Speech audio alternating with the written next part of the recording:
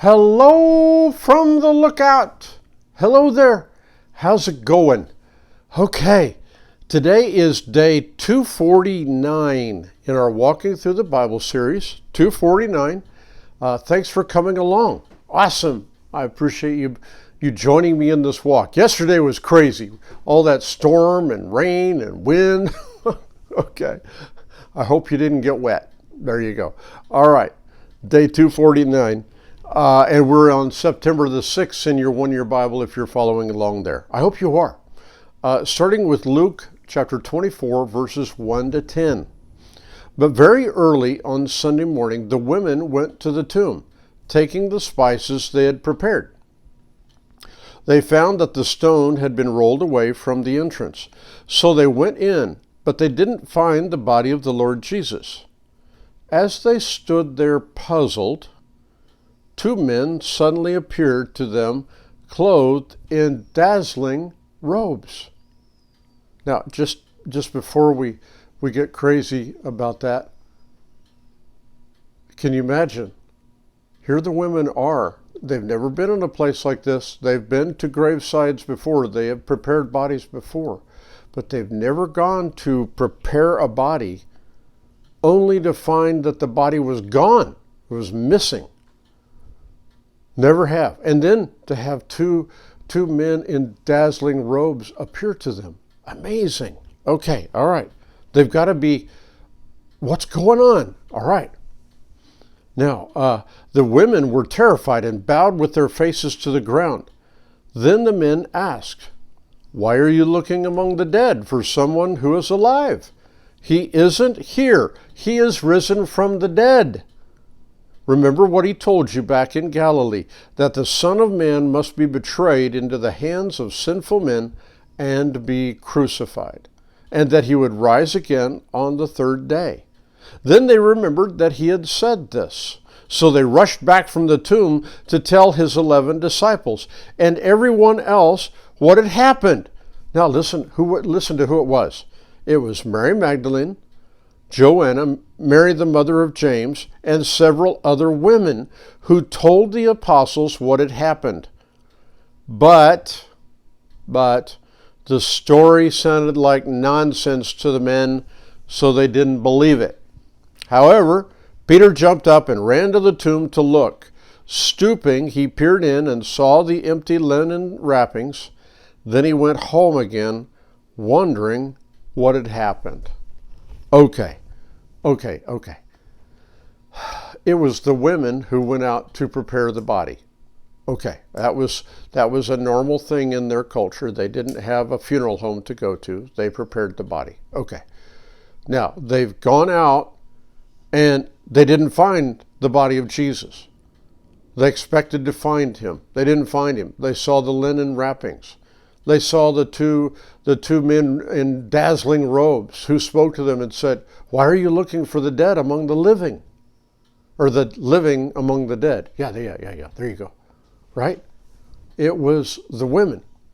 And so the women went back and told the men what had happened. And they dismissed them. Why?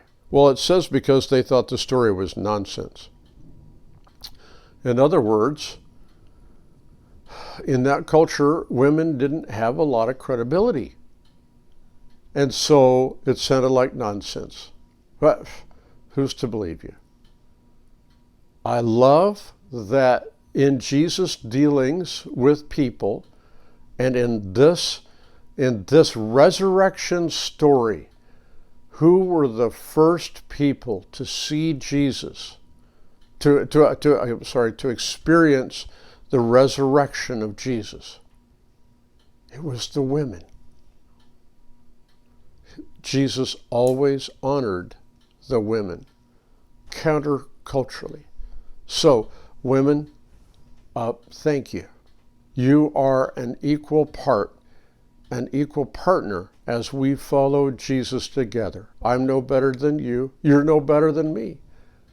We follow Jesus together, and he loves us, right? Okay, I hope that works. I hope that makes sense. Okay, now, today, our Old Testament reading. It takes us to Song of Solomon. What to say? Chapter 1, verse 1. Listen to what he says. This is Solomon's Song of Songs, more wonderful than any other. Okay? Okay. The Song of Solomon's, he is descriptive of young love and of sensual love. Okay? The world around us throws this at us in so many ways. It throws it in our face. And if you're like me, you divert your eyes or you just shut off the source.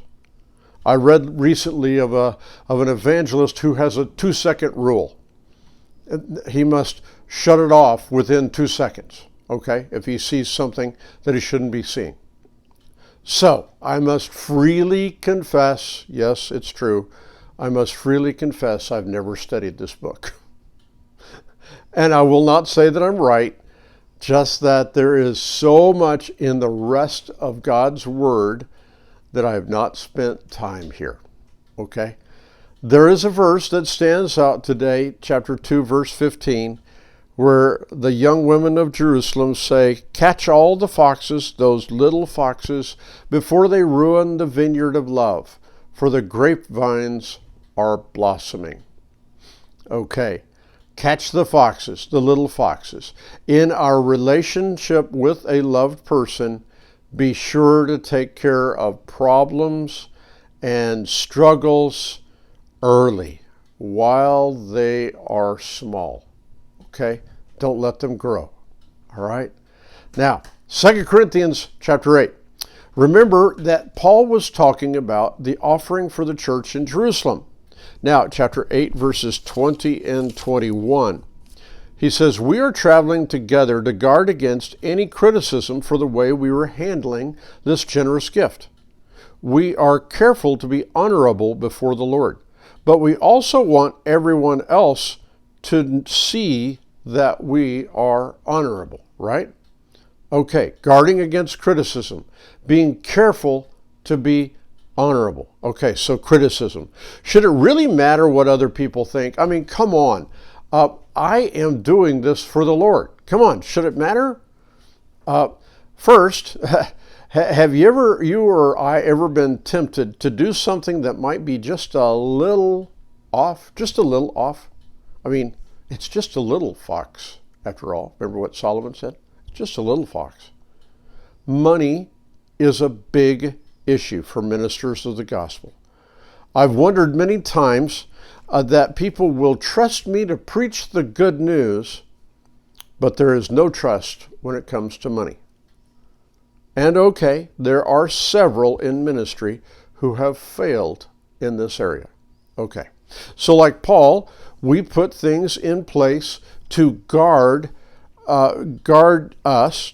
me from criticism. Then we build habits that help us guard ourselves. There we go.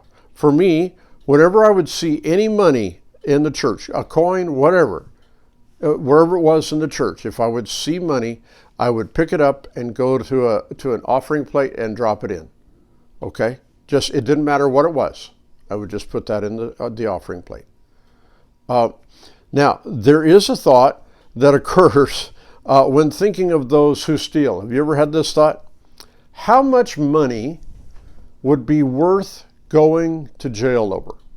So let's see the teller, whoever it is, or wherever you are, and they leave the drawer open and then they walk away and you see all that money. Ask yourself, okay, how much money would be worth going to jail over? Okay, let's just say I did it. How much needs to be in there to be worth it for me to go to jail?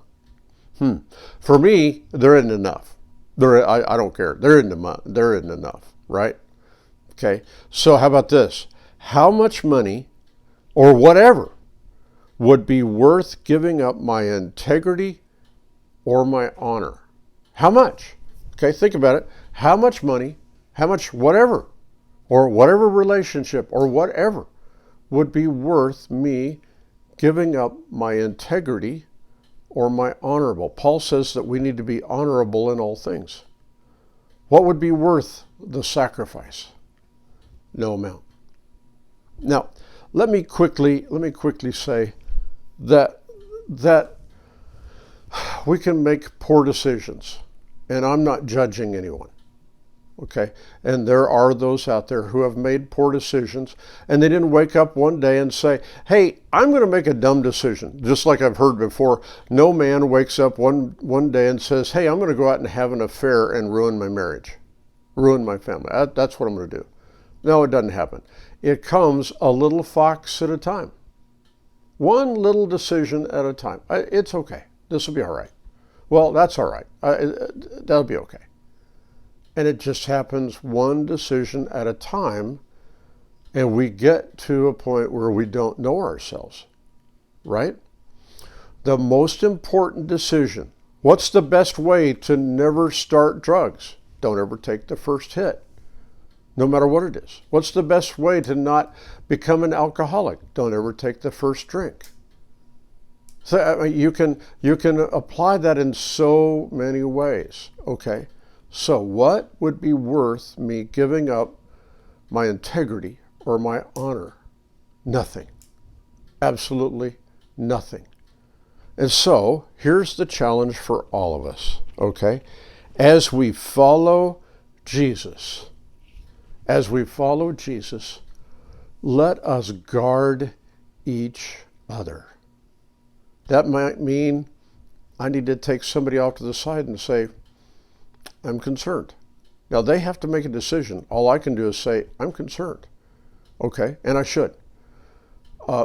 It might mean that they need to say that to me.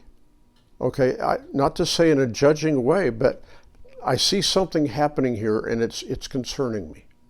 Okay, for your sake. Not for my sake, it's for your sake. Okay, and then they have to decide. Okay, I can't choose for them. Let's guard each other because we love people, because we love the Lord. All right. Now, today, the proverb is 22, 22, and 23. Don't rob the poor just because you can, or exploit the needy in court, for the Lord is their defender. He will ruin anyone who ruins them. Okay, and then Psalm 50. All right, we'll start with verses 1 and 2. The Lord, the mighty one, is God, and he has spoken. He has summoned all humanity from where the sun rises to where it sets. That pretty well covers it. From Mount Zion, the perfection of beauty, God shines in glorious radiance. And then verses 8 to 10. I have no complaint about your sacrifices. Oh, let's jump back to verse 7. O my people, listen as I speak. Here are my charges against you, O Israel. I am God, your God. I have no complaint about your sacrifices or the burnt offerings you constantly offer. But I do not need the bulls from your barns or the goats from your pens, for all the animals of the forest are mine, and I own the cattle on 1,000 hills. Now, 14 and 15, make thankfulness your sacrifice to God, and keep the vows you made to the Most High. Then call on me when you are in trouble, and I will rescue you, and you will give me glory. And 23, but giving thanks is a sacrifice that truly honors me. If you keep to my path, I will reveal to you the salvation of God. Let's help each other to stay on the path. God bless you.